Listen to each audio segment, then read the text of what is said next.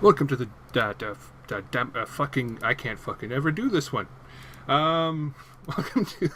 Is anyone there? Help! I've been reincarnated into a podcast. With your hosts Xavier and Mike, and current guest Raptro. How's it going? So we're going to discuss some terms that we're going to be using from now on, using the grim, dark, noble, bright scale, and the book's called Metal Mage, and I'm going to be explaining to the rest of the crew a book called A Skeleton Knight in Another World. Alright, so I got that out of the way. So yeah, the grim dark, grim bright concept. It's one of those things you think you get it when you think about it, but as soon as you see the chart, everything just magically slides into place, and it's like, I never thought about it like that. Essentially, the best way to describe it is determining whether or not a person's actions matter and the tone of the world. So, if something is grimdark, the essence of grimdark is that your actions do not matter, and such that they do not matter, that your victories will only end up being personal, and you're most likely going to end up in some really awful situation, no matter what you do. Whereas in a noble bright situation, you can be heroic, you can change the world, but so can everyone else. And in a bright situation, the world is full of wonder, full of essentially it's full of danger too. But the rewards of adventuring are such that one can eventually recover the danger is overcome by the sense of wonder that you find going around this world. Like a Wonderland or a Gulliver's Travels. So, in order to make this into a little chart, imagine a 9 squared chart. So one axis is whether or not it is grim, and the other grim or noble, and the other axis is whether it's dark or bright. Now, there is a what's the word? You can fit most of what humanity has written about itself within these 9 areas. So in the top left you have noble, bright. That is the sort of kitschy fantasy in which people can, it's just like D&D, but without very large consequences. Yeah. Then you go a little bit darker towards the top, and then you go towards the noble dark, which is shit like Berserk. One hero can change the fucking world, but so too can his enemies, and the world is full of extreme danger. Extreme danger that can be overcome, but it is very, very dangerous. Yeah. It's like, shit's bad, shit's fucked up, but there is some hope still. So, then you have, so you go down one tier, so you got neutral bright. That is a world of wonder in which every hero has their ability to change things somewhat, but not as much as if they would be in a noble setting. So kind of like a World of Warcraft type thing, where everybody can participate in changing it, and things do change, but it's not specifically them doing the changing. So then you got true neutral with boring, which is essentially real life. Then you have neutral dark, in which one man can change himself as well as the area around him, but it'll take work. So something like, I don't know, say Fallout New Vegas. Dark City. Yes. So it is a world full of danger, and he can sort of change it. So then you go with the world that's grim bright. This is a world in which only victories are personal, but there's a whole lot of worry and whimsy around that adventuring in there is gonna be it's gonna be a little strange. It's sometimes surreal, but overall the achievements for victory are often only personal. So, Like the Oz novels. the Oz novels, yes, that's probably essentially the world becomes the character of the world is such is that the world is the character, not the person. The person that changes is not the one that's beholding the world, because they can't do anything to change much. So, another grim bright property would be Sandman. You have all those gods that have their own little personal worlds. They're all kind of fucked up. They're all kind of dangerous in their own way, but nobody really gets better. Not even Sandman. So, then you go towards Grim Neutral, which is a world in which the danger and reward are kind of mixed, and the only victories are kind of personal. So, essentially, think of like Batman. This is where Batman would go. This is where Gotham would go, in which the only victories are his own, and the world is absolutely dangerous. Gotham is fucked up, if you think about it. I mean, there's all these psychopaths and whatnot, but that's another thing. It doesn't really get better. It doesn't really get better. So, with the grimdark setting, everything is stuck practically in stasis, and it's full of extreme danger. Any victories you achieve in this setting will be overcome by the fact that you will be killed tomorrow. But at least you've survived one more day. You've survived one more day, and that's all you can really hope for in this type of setting. My personal favorite, Warhammer 40k settings, fits perfectly in the grimdark setting, and that's really where this whole fucking alignment chart came from. So, Where to begin?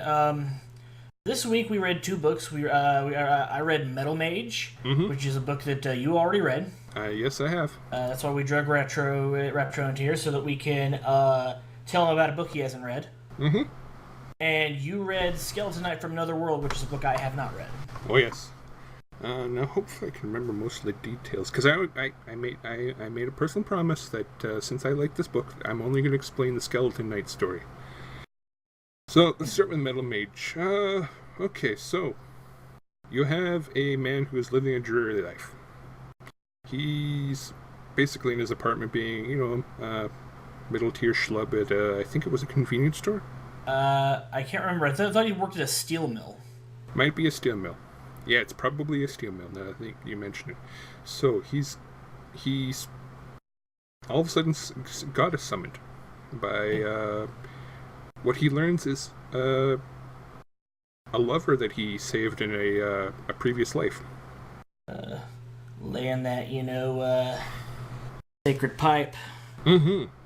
And she tells him that she owes him like limitless amounts of free new lives because of something that he did in a previous life. And he's apparently before this life requested that he needed a break, and that he wanted to he just wanted a normal life. He didn't want to remember what he did, didn't want to remember where he came from, why he did things, but he specifically requested a normal life.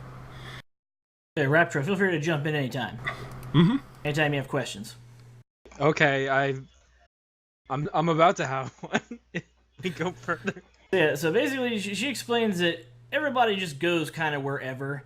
She sends them to the world that the next world that they think everyone's going to be happiest, because energy is energy. It cannot be destroyed. Matter cannot be destroyed. It just goes somewhere else. And so, souls across the multiverse kind of just play musical universes when you die.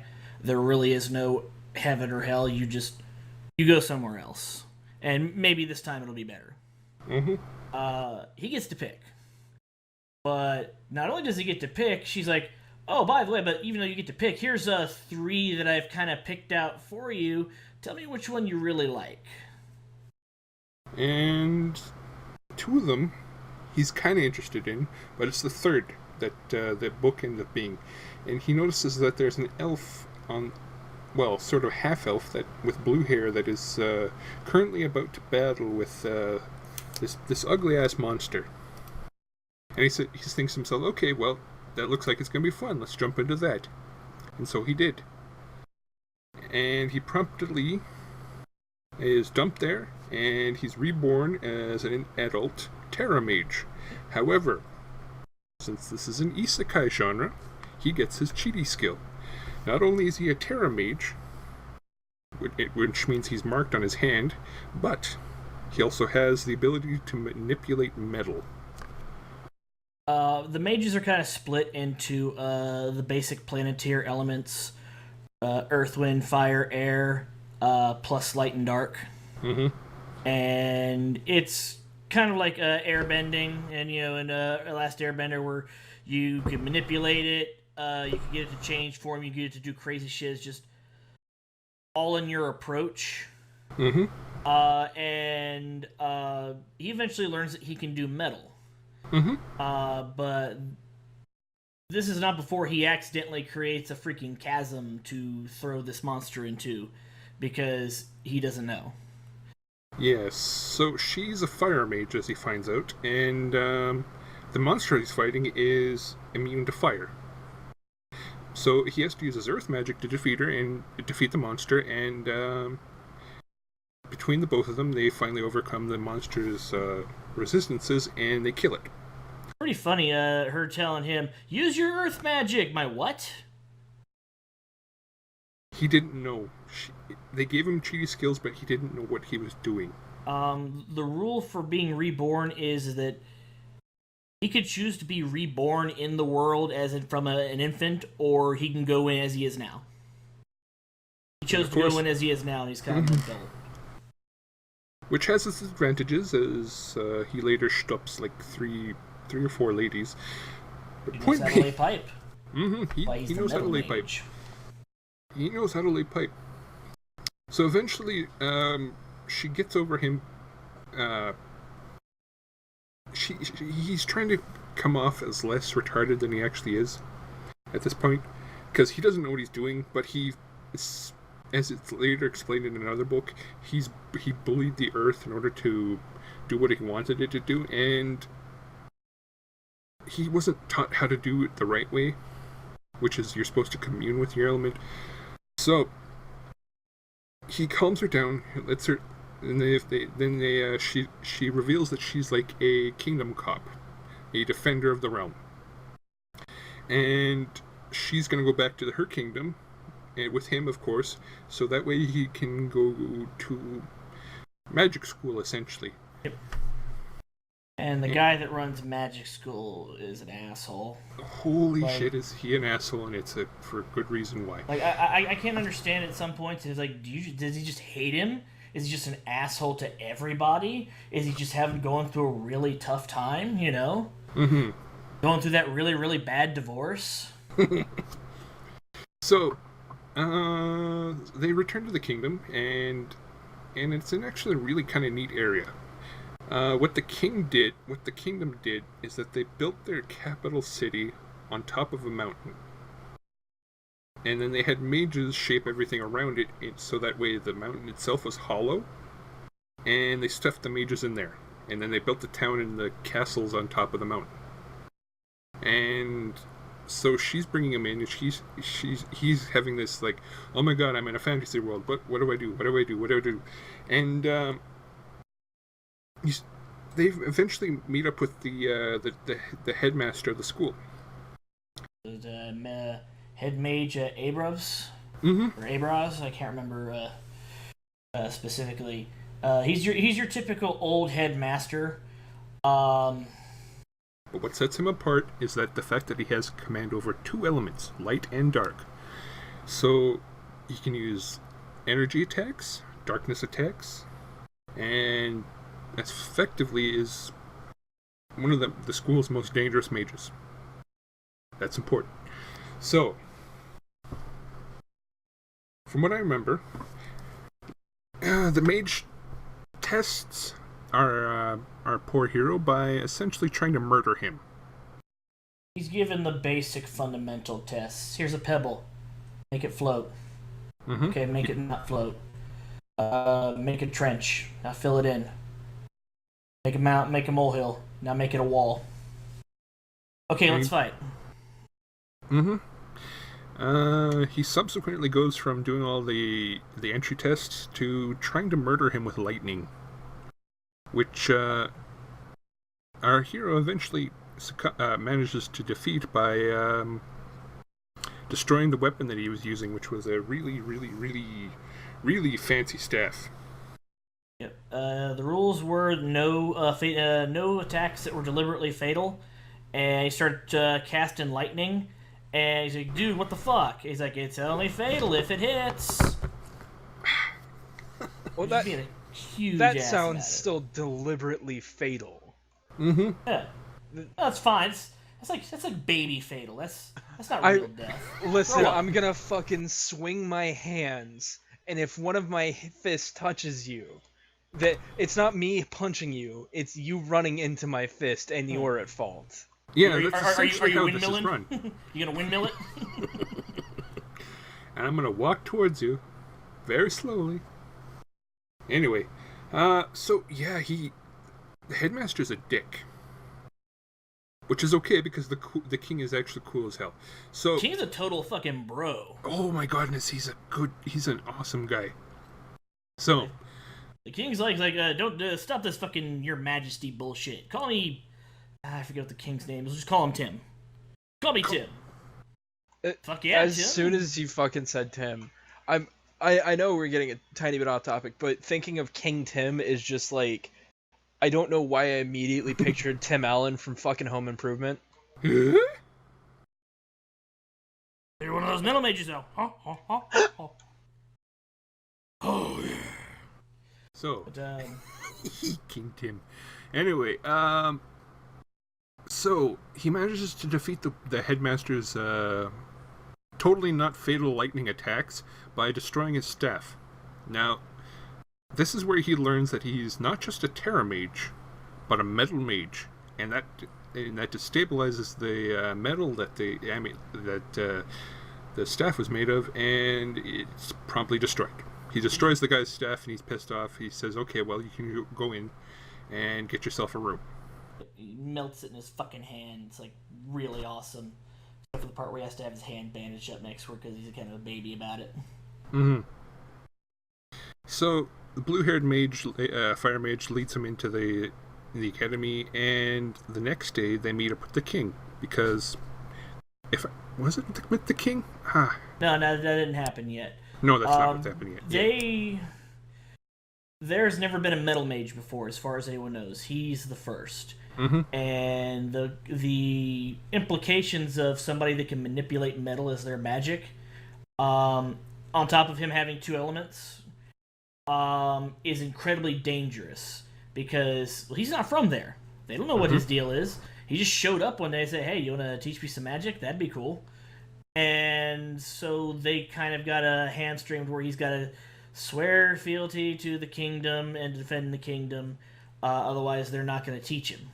Yeah, because otherwise he's a walking rogue weapon mass destruction. Mm-hmm. Right. And honestly, the headmaster would rather he just go away now at this point, because as intriguing as the idea of a metal mage is, you're like, this can't be good. This can't be good. Ooh. And in his attitude and approach to training him and using him metalcraft and his metal spells really shows that he really doesn't want to be there. Mm-hmm. He takes him down to this blacksmithing area, and the blacksmith is basically like, "Hey, don't touch my shit." "Oh, no, we're just going to do some trading here." "Okay, just don't touch my shit." That's all I ask is don't touch my shit. Yeah. He gives him an iron ingot. He's like, what's this? Float it. We're doing this shit again. I thought we were past this. This is metal. Float it. Okay. Now So he melt floats it. Turns into fucking gallium when you pour gallium in your hand. And make everyone think you got mercury in your hand because you're a moron. Mm-hmm. But then he turns it into 2 rings. One the size of a bangle, the other the size of an actual ring that he can wear on his finger. So he puts it on his middle finger and gives the headmaster the bird. Headmaster has no idea. That's a very rude gesture. It's really funny. This dude's personality is basically... Imagine Nate Drake from Uncharted got easy-eyed. Yes. Essentially, that's it. He is a wonderful bastard. The main character. And he treats everyone more or less the same. And that's usually why the king likes him. King is like, yeah, let's get fucking wasted, bro. This is awesome. So he's a pure, like, puckish rogue. Yeah. Yes. He's a smart ass. He's not above saying, oh my god, this is amazing. This is so cool. How come you guys aren't, flipping out how amazing this is? He says goofy shit. He makes a lot of smart ass comments. He flirts with every woman. Mm-hmm.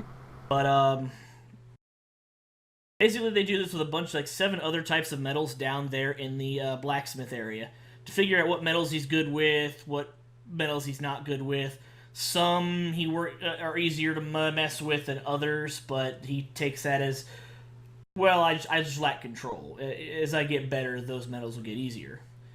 Well, then the headmaster gets a message from the king, hey, you need to... I'll be right back. Don't touch the blacksmith shit. Continue your training, but only mess with the stuff you've already been messing with until I get back. That guy never comes back. He doesn't come back. So he's just left there. And, so he spends the next couple hours just fucking with metal. He gets bored. He starts making fucking knives based on shit he remembers from Ren Fair. He starts making shurikens and throwing knives and just goofy shit that he thinks is cool. Mm-hmm. Just to keep things going. Eventually, he's like, hey, blacksmith's got some big ass iron ingots over here, not this tiny shit that I've been working with. I can make a badass broadsword with this baby. And he tries to mess with that iron ingot, and he immediately falls over. It is way too big for what he's used to right now. Also, he's been doing this 12 hours straight and has no idea he's been doing it for 12 hours. Mm-hmm. So it turns out that when you're fucking with your metal, with your element, your brain just sort of goes into that, okay, well, I'm going to ignore the cause that time and let you do what you're doing because I don't know what the fuck this magic thing is about.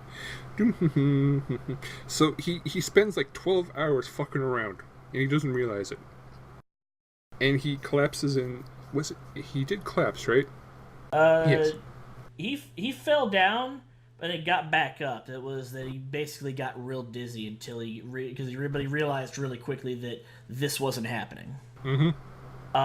So our lovely fire mage comes to check up on him because they've been palling around at this point, and he's like, hey, I'm willing to bet that if you heated that thing up so I don't have to do that part, I could shape it. And he basically pulls her arm until she agrees to do it, and he basically makes a magical long sword that is razor sharp because he shaped it that way with magic. And does this metal turn out to just be iron, or is it special metal? It's iron. Okay. He eventually starts getting into making steel, but that's later for other shit. And basically he confronts the fucking headmaster, and headmaster's all pissed, why'd you make a longsword? I told you to just fuck with the things that you were already messing with until I came back. You didn't come back! I was gonna. Someday, eventually. But, wasn't it... Okay, that was at this point then he meant the king. Because there's been problems happening across the kingdom. like monsters have been sighted, like giant ass fucking monsters, like hydras and fucking like Griffins and stegosaurus-sized lizards and- that are screwing up everything. They're all out of their territory. Like they're not supposed to be here. That's And the there's- only. That's the only thing that they got going, is that they know that they're not supposed to be here, and they're dangerous essentially. Crying out loud! Now I'm losing track of where This is where our classic Western isekai trope starts kicking in. Mm-hmm. He decides that to help get rid of these monsters, because magic is nullified because the monsters have elements too. Mm-hmm. The next solution is let's invent guns. Yes. That's the first thing he does, is invent guns. And So he doesn't give a shit about like essentially a prime directive or anything, like not No. introducing. No, we No. throw that shit like out the window and we dance on that's good. Okay. That's what happens with isekai. You just fucked prime directive. Bring in your knowledge of guns. Bring in your fucking soy sauce, and then conquer the world. Yeah, lay all the pipe. So he spends the next couple days, if I remember correctly, trying Yeah. to figure out how to make a gun, and he makes a lever rifle. A good old cowboy gun. Yeah, the issue that he had was because he originally made a musket, but was like, this isn't realistic. The musket at least let him make gunpowder and figure out the ratios for that. But the issue was he knows how a gun looks in his head. He knows how a gun is supposed to work. The problem is he doesn't understand why a gun works in terms of the finer mechanical parts of it. Why does the cylinder spin? Why is when the hammer cocks back, why does shit rotate? So he would sit there and make a fucking revolver, and it's a solid piece. Yes, it would just look like a revolver, but it wouldn't be a revolver because it looks like a revolver because it's just a hunk of metal, because he didn't form it in his head to do all the clockwork and gears that go into making a single action or double action revolver. He gets ammo, making ammo done like really, really quickly, and gets And that right. Yes, because that's how he eventually makes a rifle, which is what you need, which was the easier part. It's actually easier to make a rifle than it is to make a revolver. Well, it's because they already knew all the mechanisms they needed for the revolver, and it was just only a couple small changes and scale up for the rifle. Mm-hmm. They had to go to a watchmaker to make the small parts. They actually make the diagram of how everything fits and works together. You got a watchmaker that... He was intrigued. He was a dick. Yeah. He's kind of a dick, but that's because he's overworked. But he was intrigued. He wanted to make this weird thing that our hero brought in, but it would take him a couple days. He's like, no, it'll take 30 minutes. What? So he shows him that he's able to do all this magic stuff. So he's like, okay, well, all right. If you're able to do that, then I'll just do what I fucking tell you. Yeah. So the watchmaker tells him what to do, and he eventually manages to make a single action revolver using the concept that was created from him knowing what a revolver was. And then he gets the cowboy gun to work, and they go out and they put a few into a couple of targets they set up. Mm-hmm. And busty elf chick is like extremely surprised by the fact that the head of the target exploded into splinters. Mm-hmm. I'm personally surprised because they didn't talk about, rifling for either weapon to increase accuracy of the round, but, Cowboy guns. Yeah. While they're testing this, a monster attacks. They head down on horseback as fast as they bloody well can to this little village that is being burned down by a fucking fire hydra. Yep. As he's riding, he literally says to the elf girl, "Let's go show him my boomsticks." He manages to... They see that this monster is in... Yep, it's a fucking hydra. And they start shooting the fuck out of it. Because that's what you do with Hydras. You just shoot the fuck out of them. And it kills it. In a battle that would have taken them at least 15 minutes, they killed it in, what was it, 3 shots, 4 shots? It was 2 shots, and then he went and he double tapped the shit out of it. Like, he put like 2 rounds in each head, and then a couple more in its fucking heart, because he needed to destroy its heart. And he did that in the first 2 shots. Yeah. Because these creatures have, even the first one they fought in the beginning of the book had this habit of, okay, it's dead. Nope, it's going to get back up and start fucking with you again. So they managed to finally kill the damn thing. And that, now this is the part where they meet the king, because they managed to defeat the monster in such a quick series of events. Yeah. King but wants he doesn't go. King He doesn't wants guns. So he demonstrates to the king that yes, these things are awesome, but I need workspace. So the king was like, you know what? Go have this mine over here. We weren't using it for anything right now because there's monsters there right now. So you go do your thing. We will give you literally everything you need to make this happen. So he gets everything he needs. He makes a little fucking workshop in this old ass mine.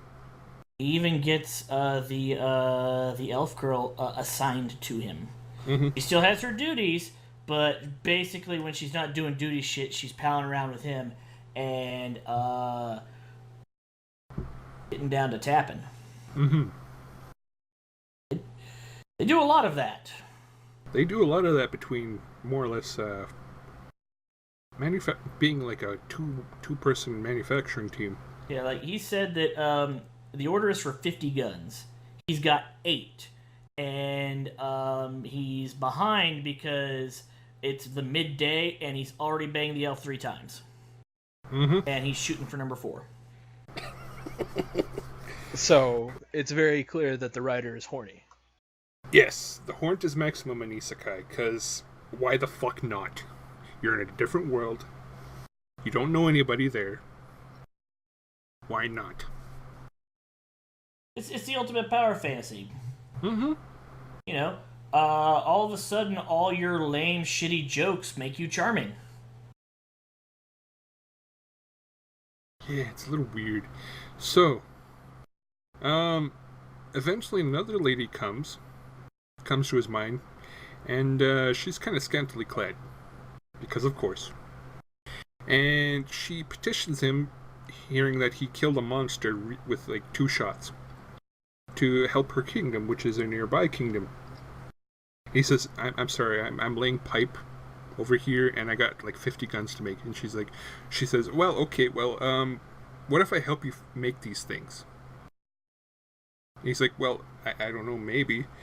And then he shows her what to do, and she does it in less like a tenth of the time that it took him to put a gun together.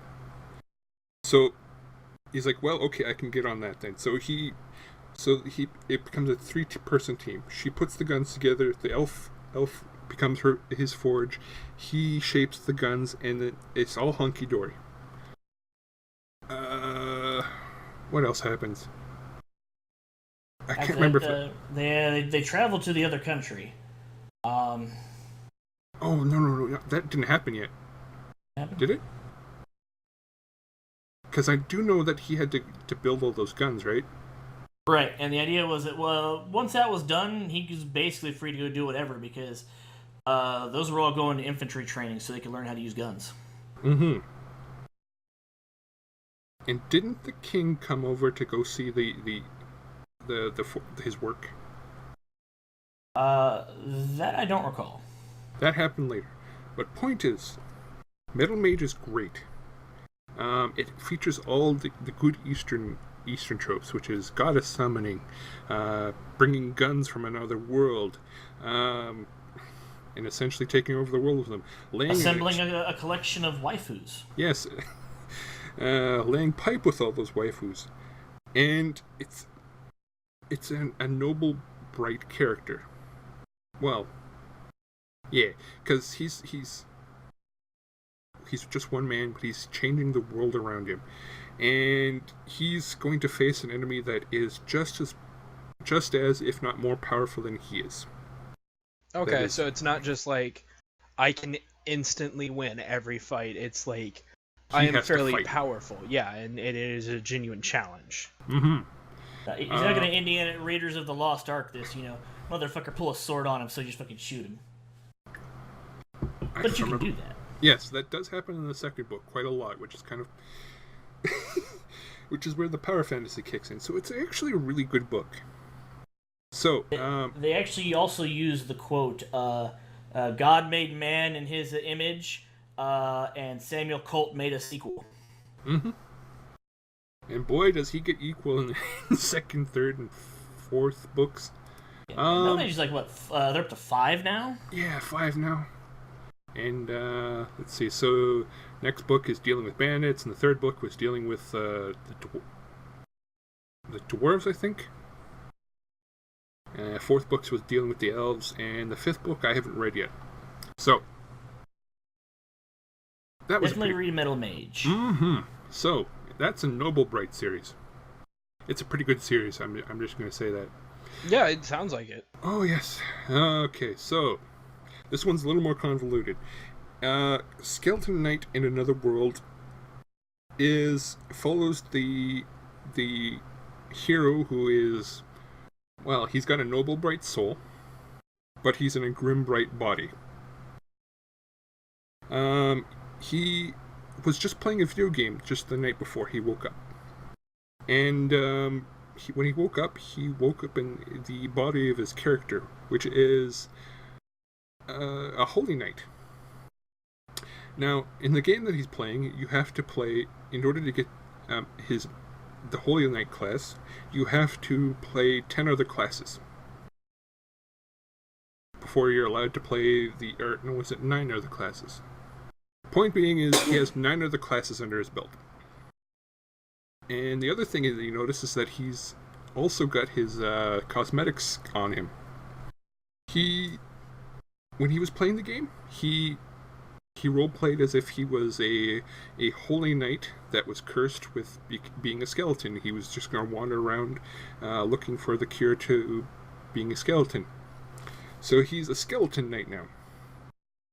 And the first thing he notices is that he's allowed to use any of the skills from his 9 other classes as part of his skeleton knight class. So he can do ninja shit, he can do bishop shit, he can do priest shit, he can do monk shit, fighter, etc., etc., etc., etc. He has like nine classes worth of skills to fuck around with. And he's also max level, because of course he was.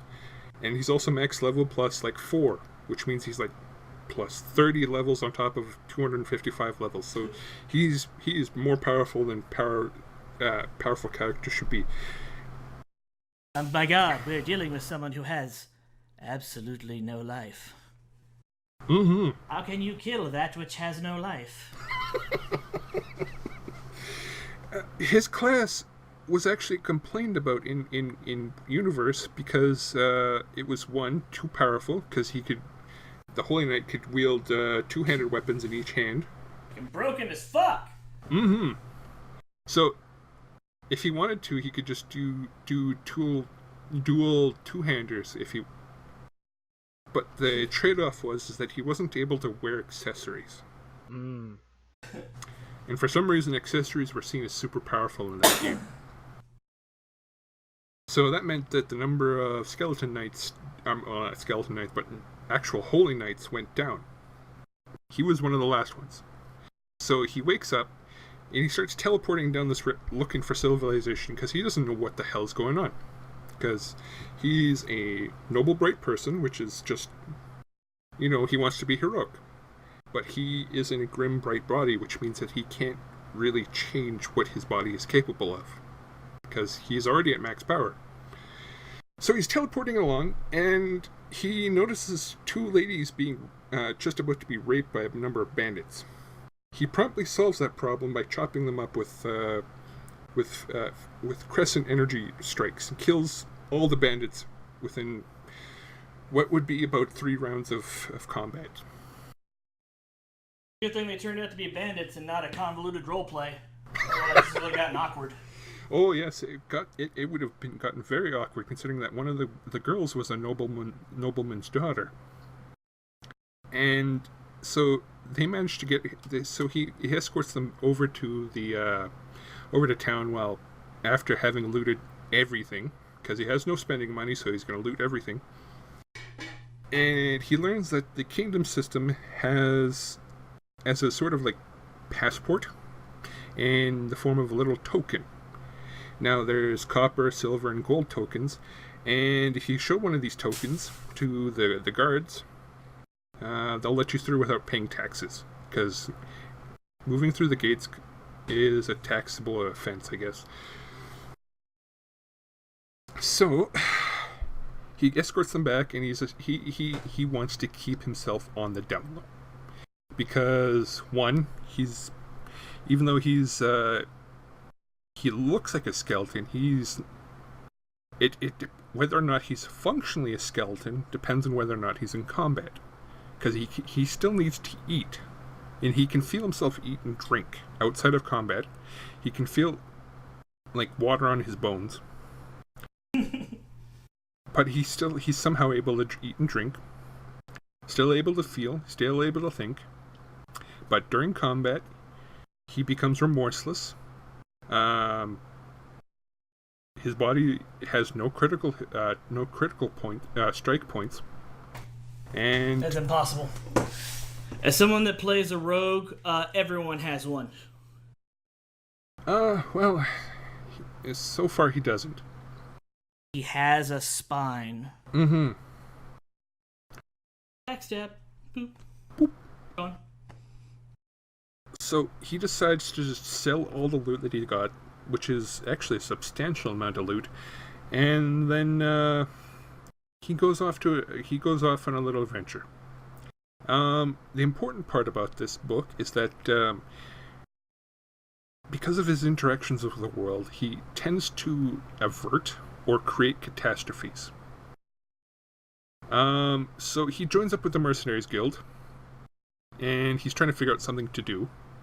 And there's this little girl put a post up that requesting a bodyguard. So he thinks to himself, okay, well, I'm gonna take this little tag. How hard could it be? So he heads to the village where the little girl is, and unbeknownst to him, there's Hydra problems.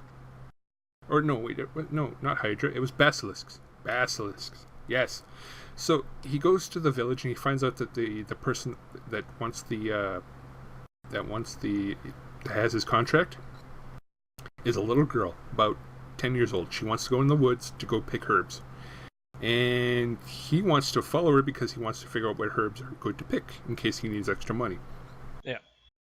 So he goes in the woods, and then they pick herbs for like a couple hours, and just as they're about to head to pick something else, a goddamn basilisk about the size of a city bus comes running into the grove which the little girl is in, and she panics. She falls over. She's about to get eaten, and he uses a conquering skill. A skill that summons basically a giant energy like claymore from the ground, and it kills it in one hit, which he wasn't expecting. He was actually expecting it just to wound the creature. He wasn't expecting it to kill the creature, which shows that demonstrates to him that his skills aren't exactly one for one with the old system. Right, they don't work the same. That kind of makes sense, because some shit it's where, like with Final Fantasy spells, like spell like Dia, where you cast a spell and they lose HP. Mm-hmm. You're just taking magical damage until the effect wears off. How do you portray that in a world where it's not a game and you're just seeing a number flicker off every couple seconds? Mm-hmm. So that kind of makes sense. I'd be more worried if a basilisk showed up doing that freaking petrification stare. Yes, that was actually a danger, because Thankfully, he had his high-level gear on him, which included a sword that's capable of sending like crescent strikes, a shield that is resistant to most things, armor that is resistant to most things. Something else. He has something else. But the point is that he has no other accessories other than his armor, his shield, and his powerful sword. So he tanks the Basilisk Stare, and he kills it with the one hit, as described. Because of how he joined up with the Mercenaries Guild, he originally learned that certain creatures have these gemstones in them, and he didn't collect it the first time that when he killed the monster. So he collects the Basilisk's cell, this magic cell, which is like treated like a magical battery in the later books. Right.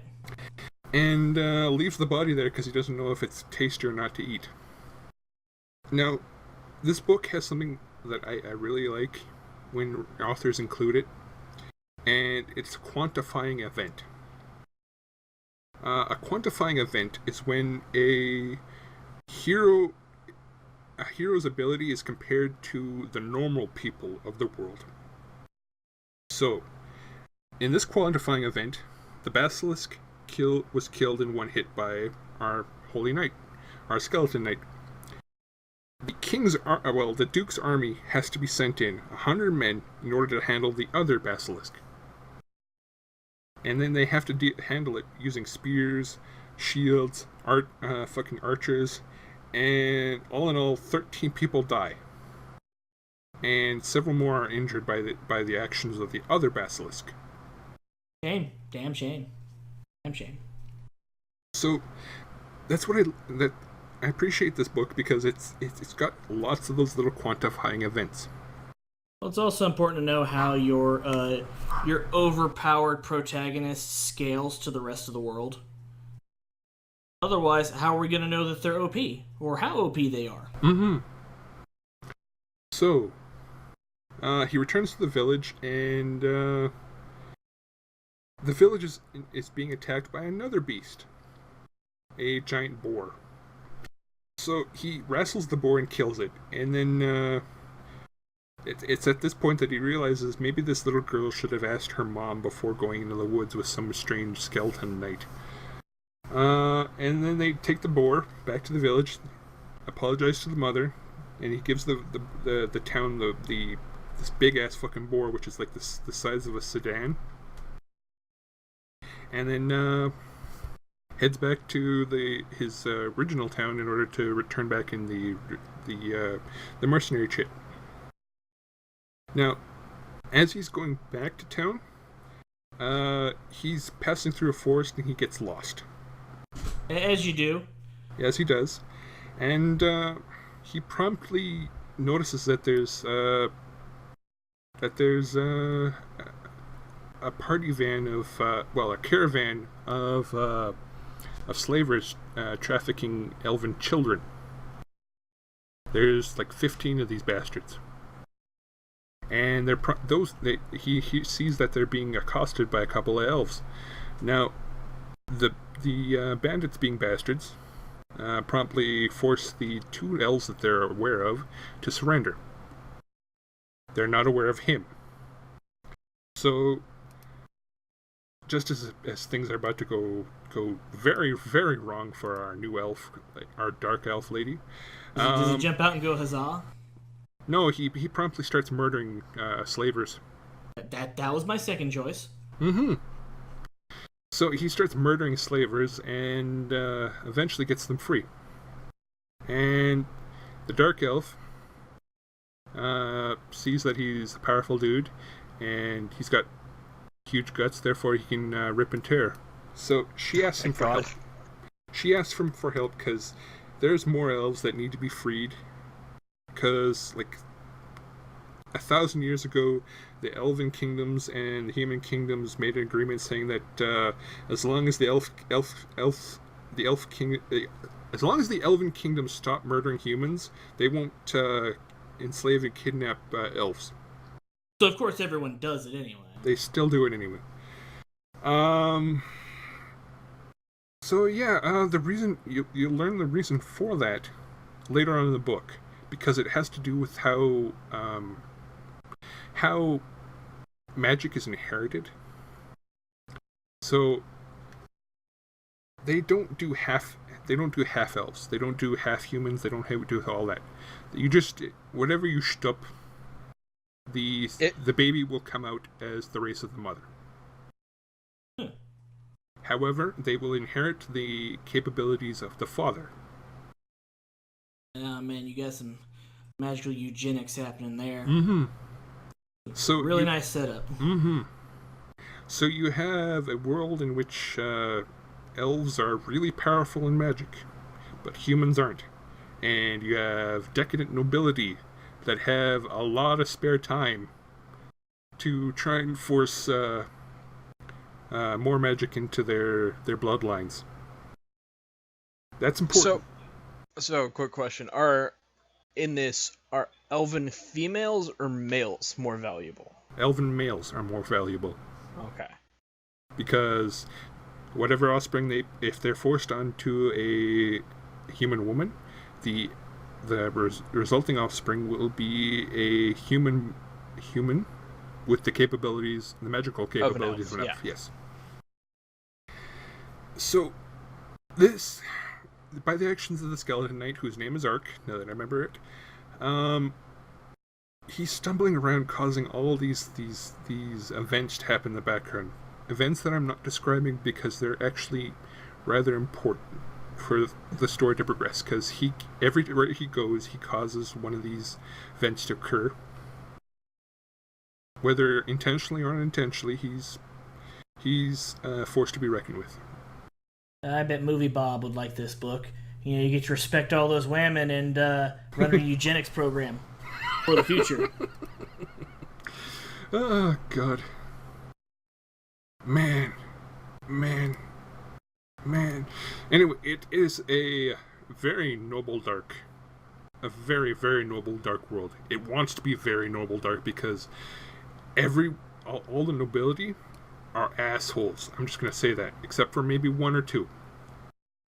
So it's all these awful people are ruling the people below them with the machinations of like Machiavelli on steroids. It is gruesome in the background, and Ark is the one thing in this universe that seems to be trying to drag the world back to noble bright.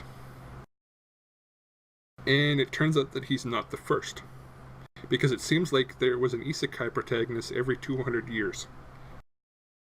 And the last one happened 200 years prior. So there's evidence of at least 3-4 more 200 years ago, or 200, 400, and 600 years ago. So there's something more at work in the machinations of this world. And I'm actually intrigued by where this book is going. So all I can say is that it's a book. Oh my goodness! I highly recommend it. Oh. I'd like to quote, I think it was IGN or Kotaku, and say that this remaster/remake of Medieval is very much Dark Souls-like. Oh God! Oh my fucking God! I hate you. Oh my God. I do like the idea of a guy running around and he's rustled my jimmies. He's basically Sir Dan without being Sir Dan from Medieval, and he's just, unlikely hero out for adventure, and then bad shit happens. Mm-hmm. But he never kind of loses his stride and always the optimist. Yeah. Somehow he manages to keep in mind that this world is something new, something different, and while he may want to revert being a skeleton, he doesn't want to go back. Because it's always look on the bright side of life.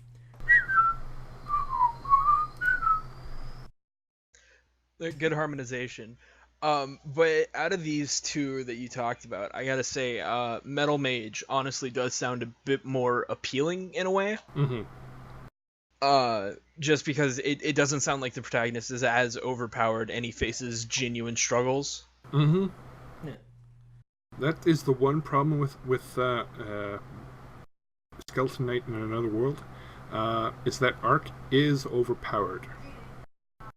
So there's he's plateaued. There's really nowhere for him to go. Mm-hmm. The only thing that he looks forward to is gold, and it comes to a point where he realizes, okay, too much gold is too much gold. I'm too rich. Because You gotta convert some of that shit to platinum. Bury me with my money. He tried. He had too much money at one point. He just gave it away. He built a fucking Uncle Scrooge money bin. He actually wants a house, but he also wants to make sure that nobody bugs him. Yeah, Yoshikage Kira wants to live a quiet life. Mm-hmm. But he's also got to break the curse that's on him, which is not just cosmetic, as he later finds out in another book. So, as I said, yeah, so, what did you like about Metal Mage the most, Raptro? I honestly, the entire, like, I guess the magic system sounds interesting, where it's not like you have access to every element. It is just purely like, oh, you're good at fire, you can do some fire things, or oh, you can do like light and dark, so you can use like energy shit, but not water, or you're not going to be healing people or whatever. Yeah. It seems like people are much more like specialized. Mm-hmm. It's pretty much like Last Airbender. Yeah, that's kind of what I was thinking. In later books, he also takes advantage of their elements, because he invents the Stirling engine, and he uses that to power a motorcycle. I love the fact that Nate Drake got isekai'd to a fantasy world, and the first thing he does is Murica as hard as he can. Mm-hmm. It sounds like it, yeah. And that genuinely sounds like fun. Whereas Skeleton Knight, after your entire spiel about it, the only thing I'm thinking about it is this is reverse Overlord. Kind of. Yeah. Kind of. What if Vines was just a do-gooder? Yeah. And he was there by himself. Yeah. Like, it's a guy looking for friends, but he's not out to, like, capitalize on anybody. Mm-hmm. Meanwhile, stumbling around, stopping unbelievable conspiracies in the background by his actions. Yeah, instead of causing them. Mm-hmm. So you're saying that while he's being an unlikely hero out for adventure, Game of Thrones is happening? Yes, that's essentially what's going down. Okay, that's a little bit more interesting. Mm-hmm. Yeah. Because the first that almost rape that happened in the absolute fucking beginning of the book, that was set up by another noble. Then in another book, someone actually gets fucking murked in the middle of a forest. That was set up by a sibling. It is absolutely extremely grim dark in the back. Well, it's not grim dark, but noble dark in the background. And it's all these political machinations that that are accidentally stopped by Ark's wanderings. But yeah, Metal Mage and Skeleton Knight in Another World. Any other ideas that you can think of, both of you? No, I mean, I could go over an isekai I read with you guys. Oh, but, you want to do that next week? Yeah, The absolutely. next episode?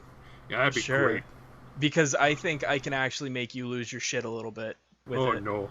Oh no. Oh no. Oh, is this gonna be like the 13.5 chapter of fucking Sword Art Online? 16 and a half. 16 and a half? I feel ashamed that I know that. Okay, well. Alright, so. Tune in next episode with Xavier, myself, and I guess Raptro as well. Absolutely. So, go ahead and tune in. You were here temporarily, but I guess we can get the hero summoning circle out and fuck it. Bring you in. If you want. Bring in more SS rares. Yeah. Yeah. Roll that gotcha. All right. See you guys.